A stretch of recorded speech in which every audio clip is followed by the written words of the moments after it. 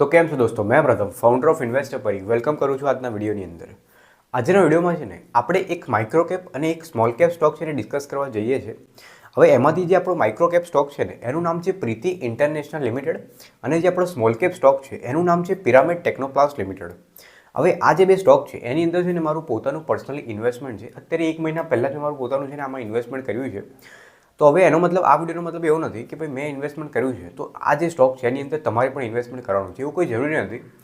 મેં આ સ્ટોકમાં શા માટે ઇન્વેસ્ટમેન્ટ કર્યું, મારી પાછળનું એનું લોજિક શું હતું, મારું એનાલિસિસ શું હતું, આની અંદર કઈ વસ્તુ મને ગમી, એ જે બધી વસ્તુ છે ને એ છે ને આજે હું તમને તમારી સાથે શેર કરીશ, જેથી તમને પણ ખબર પડે કે અગર આપણે કોઈ પણ સ્મોલ કેપ અને માઇક્રો કેપ કંપનીમાં ઇન્વેસ્ટમેન્ટ કરવું હોય તો એની અંદર આપણે કઈ કઈ વસ્તુ છે એને ચેક કરવાની હોય છે, એના ફંડામેન્ટલ્સ કેવા હોવા જોઈએ, એના ફાઇનાન્શિયલ્સ કેવા હોવા જોઈએ, એની અંદર વોલ્યુમ ચાર્ટ એનું ટેકનિકલ એનાલિસિસ કેવું હોવું જોઈએ. તો એ બધી વસ્તુ જે છે એ બધી વસ્તુ તમને ખબર પડશે આ વિડીયોની અંદર. તો આજનો આપણો આ જે વિડીયો છે ને એનો મોટિવ એવો નથી કે ભાઈ આપણે અહીંયા કોઈ પણ જાતની રિકમેન્ડેશન લોકોને આપીએ છીએ.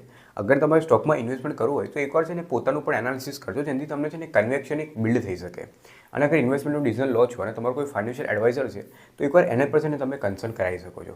બાય ધ વે આજના વિડીયોની અંદર આપણે શું કરશું કે આ જે પણ બે કંપની છે ને એમાં એક એક કંપની કરીને આપણે સૌથી પહેલાં આપણું બિઝનેસ મોડલ ચેક કરીશું. એના લાસ્ટમાં આપણે છે ને એના ફાઇનાન્શિયલ ચેક કરીશું. હવે એના પહેલાં હું તમને એ બતાવી દઉં કે આ જે બે કંપની છે આપણે શા માટે સિલેક્ટ કરી છે. તો એની અંદર છે ને અત્યારે સૌથી હાઈએસ્ટ છે અને વોલ્યુમ આવ્યા છે. અત્યારે તમે પ્રીતિ ઇન્ટરનેશનલનું ચેક કરો તો અહીંયા છે ને સિચ્યુએશન કેવી બને છે કે સૌથી પહેલાં જ્યારે વોલ્યુમ આવ્યો હતો ને એ વખતે અને અત્યારે જ્યારે વોલ્યુમ આવ્યા વચ્ચે ત્યાં આગળ આપણે એક સ્ટ્રેટ લાઇન ખેંચીએ ને તો અહીંયા છે ને એવું ખબર પડે છે કે જ્યારે પણ આ જે સ્ટોકનો પ્રાઇસ છે એ આ લાઇનની નજીક આવે ને ત્યારે કોઈને કોઈ વ્યક્તિ પોતાના પૈસા એમાં છે ને ઇન્ફ્યુઝ કરીને સ્ટોકના પ્રાઇસને છે ને ઉપર ખેંચીને લઈ જાય છે. તો આ જે વસ્તુ છે ને એ અહીંયા છે ને ચાર્ટમાં તમને પણ દેખાતી હશે. તો જ્યારે પણ અહીંયા તમે નોટિસ કરશો કે જ્યારે પણ સ્ટોક લાઇનની નજીક આવે છે ત્યારે કોઈને કોઈ વ્યક્તિમાં સ્ટોકમાં પોતાના પૈસા નાખીને સ્ટોકને છે ને ઉપર ખેંચીને લઈ જાય છે. અને આ જે સિચ્યુએશન છે ને મારા ભાઈ એ છે ને અત્યારે પણ બની રહી છે.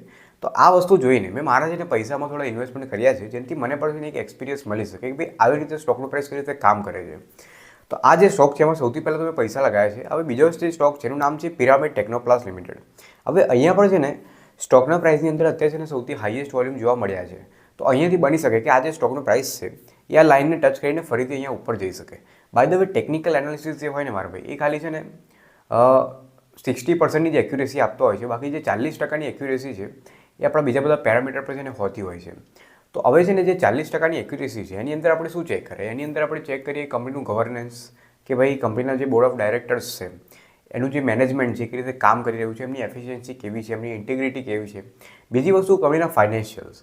હવે અહીંયા છે ને આપણે થોડું ક્વોલિટી એનાલિસિસ તો નહીં કરીએ કે ભાઈ કંપનીના બોર્ડ ઓફ ડાયરેક્ટર કેવા છે, ત્યાંનું મેનેજમેન્ટ કેવું છે, પણ એનું જે ફંડામેન્ટલનો પાર્ટ છે જેની અંદર ફાઇનાન્શિયલની અંદર કંપની પ્રોફિટ એન્ડ લોસનું statement, balance sheet, cash flow analysis, share holding pattern. તો આ જે બધી વસ્તુ છે એ છે ને આપણે આજના વિડીયો અંદર છે કવર કરીશું અને એની સાથે આ જે બંને કંપની છે એનું છે ને આપણે બિઝનેસ મોડલ પર ચેક કરીશું. તો આવી જઈએ આપણે સૌથી પહેલી કંપની ઉપર. હવે આપણી આ જે કંપની છે એનું નામ છે પ્રીતિ ઇન્ટરનેશનલ લિમિટેડ. આ કંપની કરે શું છે તો આ જે આપણી કંપની છે ને એક ઇન્ડિયન ફર્નિચર અને લાઇફસ્ટાઇલ બ્રાન્ડ છે. આ જે કંપની છે એની પાસે છે ને અલગ અલગ જાતના ઘરની અંદરનું જે ઇન્ટિરિયર હોય ને એનું છે ને કંપની પાસે કલેક્શન છે અને આ જે કલેક્શન છે એનું છે ને કંપની પોતે ઇનહાઉસ મેન્યુફેક્ચરિંગ કરે છે.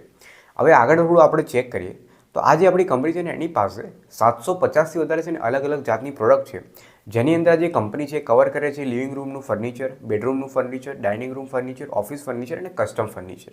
તો આ જે 5 જાતના અલગ અલગ ફર્નિચર્સ છે એ આ કંપની મેન્યુફેક્ચરિંગ કરે છે.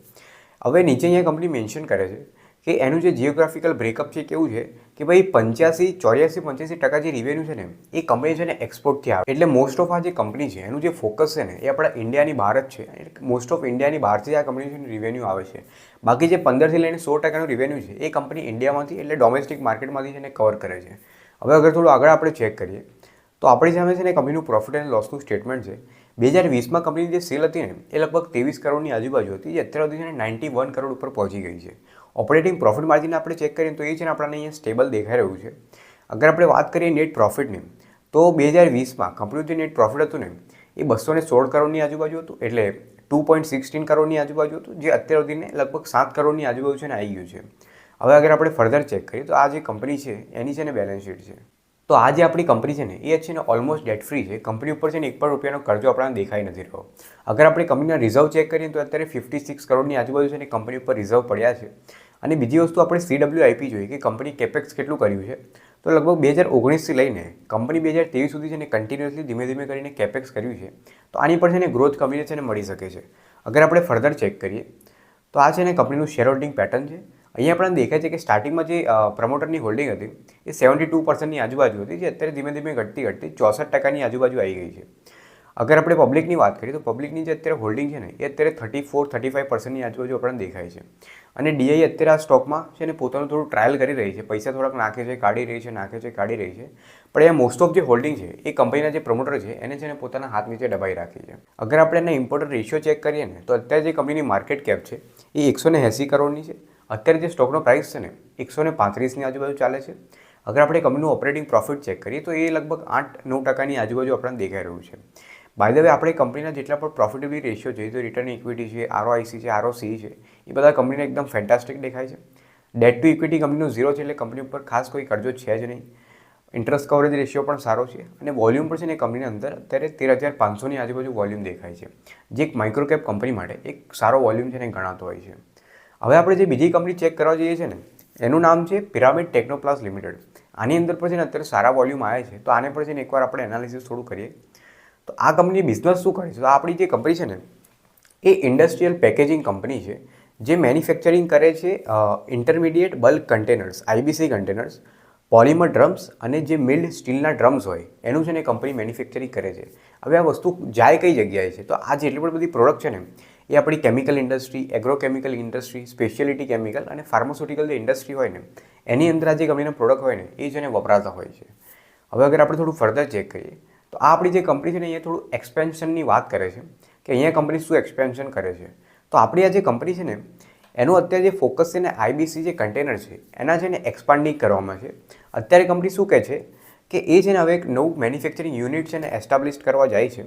હવે એની માટે છે ને કંપનીએ જીઆઈડીસી પાસેથી મહારાષ્ટ્રની અંદર 12 કરોડ રૂપિયાની લેન્ડ છે ને કંપની ઓલરેડી એક્વાયર કરી લીધી છે, જેની ઉપર એ મેન્યુફેક્ચરિંગ યુનિટ એસ્ટાબ્લિશ કરશે અને ત્યાં જે આઈબીસીનું પ્રોડક્શન છે એ થોડું એક્સપાન્ડ કરવાની વાત કરીશું. તો એ જ્યારે પ્રોડક્શન એક્સપાન્ડ થશે તો કંપનીની સેલ પણ વધશે, કંપનીનું પ્રોફિટ પણ વધશે. તો આ એક ઇન્વેસ્ટર માટે છે ને સારી વસ્તુ છે. અહીંયા છે ને કંપનીએ રિવેન્યુ બ્રેકઅપની વાત કરી છે. તો પોલિમર જે ડ્રમ હોય ને ત્યાંથી કંપની લગભગ 51%નું રેવન્યુ આવે છે.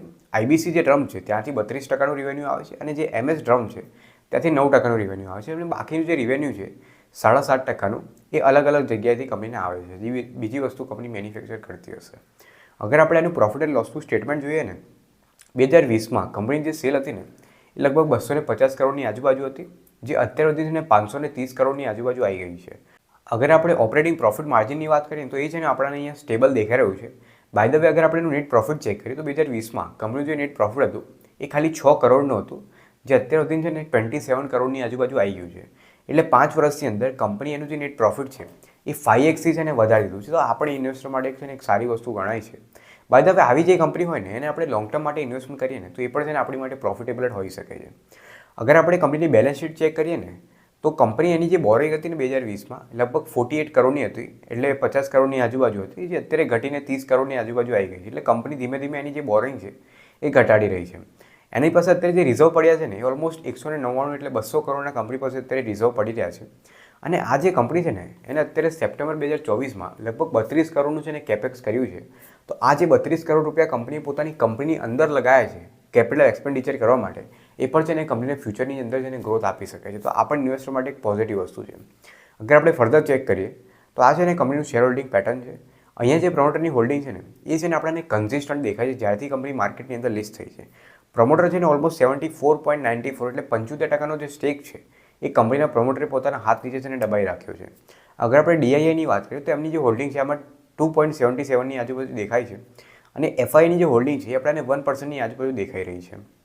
પબ્લિકની આપણે વાત કરીએ તો પબ્લિકની જે હોલ્ડિંગ છે ને એ કંપનીમાં 21%ની આજુબાજુ આપણને દેખાય છે. એટલે આપણે જે કંપની છે એની અંદર જે પ્રમોટર છે એને એ પાસે છે ને અત્યારે સૌથી હાઈએસ્ટ સ્ટેક કંપનીઓ છે ને અવેલેબલ છે.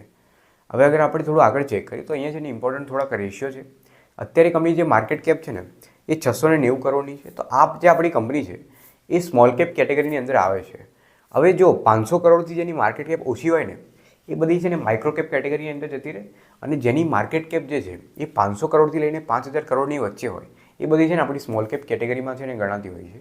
તો આ જે આપણી કંપની છે સ્મોલ કેપ કેટેગરીની અંદર જે બિલોંગ કરે છે, અત્યારનો જે પ્રાઇસ છે ને 188 રૂપિયા છે અગર આપણે એનું ઓપરેટિંગ પ્રોફિટ માર્જિન ચેક કરીએ તો આપણને 7-8% આજુબાજુ દેખાય છે અને આના જે પ્રોફિટેબિલિટી રેશિયો છે એ છે ને આપણને અહીંયા ફેન્ટાસ્ટિક દેખાઈ રહ્યા છે. કંપની ઉપર કરજો એકદમ ઓછો છે. અહીંયા તમને દેખાશે કે ડેટ ટુ ઇક્વિટી જે રેશિયો છે એ આપણને 0.13 દેખાય છે, ખાસ કોઈ છે નહીં. અને જે ઇન્ટરેસ્ટ કવરેજ રેશિયો છે એ 19.3 છે, એટલે કંપની જેનું ઇન્ટરેસ્ટ છે એ પણ છે ને ઇઝીલી ભરી શકે છે.